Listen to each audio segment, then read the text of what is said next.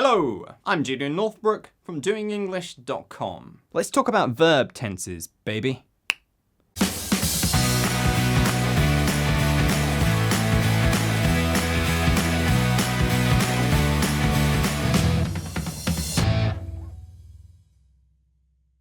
Oscar asks, "Hi Julian, what a great voice. Your accent is very clear, blah blah blah, blah blah blah blah blah. My question, on a daily basis, when doing ordinary activities like running errands, doing chores, etc., how many tenses do you think native speakers of English use to communicate? Thanks." Good question. The frequency distribution of different kinds of words and chunks is something that I talk about quite a lot in my book, Master English Fast, an uncommon guide to speaking extraordinary English.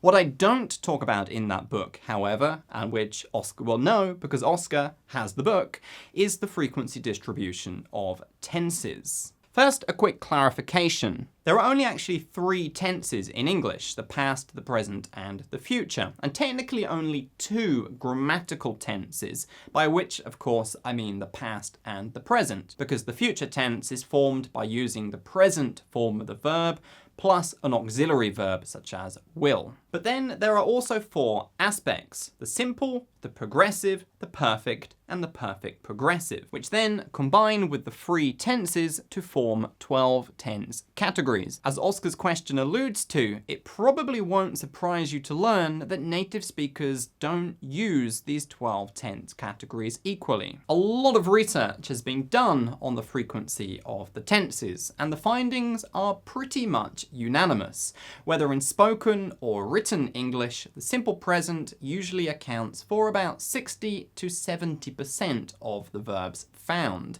Then the simple past about 20%, meaning the simple past and the simple present alone account for about 80 to 90% of all the verbs in any stretch of spoken or written English.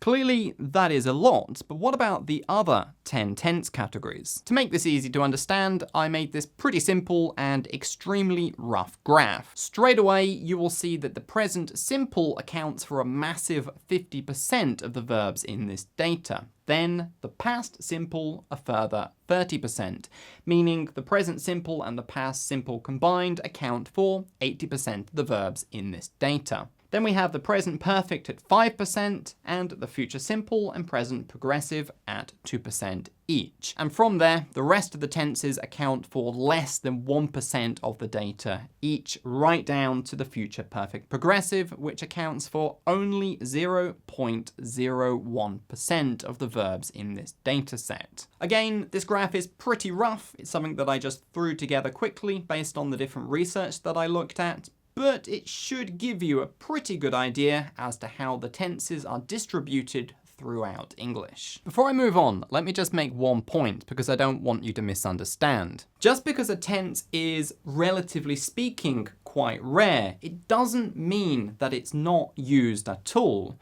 All tenses are useful somewhere and they all have a place within the English language. For example, the future perfect progressive, a very rare tense to be sure. But next week, I will have been doing the Doing English Plus program, now Julian Northbrook's League of Extraordinary English Speakers, for 3 years, which was an example of the future perfect progressive. Again, a rare tense compared to some of the others, to be sure, but in this situation, a very useful one. The point is, the frequency of the 12 tenses is clearly extremely imbalanced. And when you are learning English, if you are giving equal time and attention, or worse, you are doing what generally happens in traditional English learning classrooms and giving all of your time and attention to the rarer, perceived difficult tenses, you are probably not being very efficient in the way that you learn. Indeed, the way that most people approach learning English is actually backwards. They learn the rules and the tenses and they try to produce English from that. This is a pretty poor way to go about trying to improve your English. You get taught the tenses, again, usually with more emphasis on the rarer, more difficult ones, and then you're expected to produce language from that. This is a very quick and easy way to end up overusing the rare tenses that native speakers almost never use. Want a better way to practice the tenses and improve your English? A way that's not backwards? Then check out my book, Master English Fast, an uncommon guide to speaking extraordinary English. In chapter 6, I talk in detail about something that I call example-based learning, which, if you ask me, is the best way to improve your use of the English tenses and, well, really any other kind of grammar that you want to get good at as well. And there we go, that is the end of this video. Did this clear up a few things about the English tenses for you? If it did, go ahead, click the thumbs up button and leave a comment. If you thought this video was a load of old shit, doesn't matter, go ahead, click the thumbs down button. And either way, if you're new to this channel, subscribe, and I will see you in the next extraordinary video.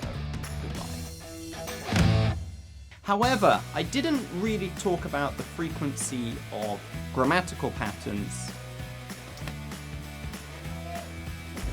They've gone out. Doctors, I think, sorry. Yeah, see you later. Yeah, see you later. You can probably see this on YouTube later. Bye. You stood on the other side of the window. Don't stand on the other side of the window, I can see you. Kids.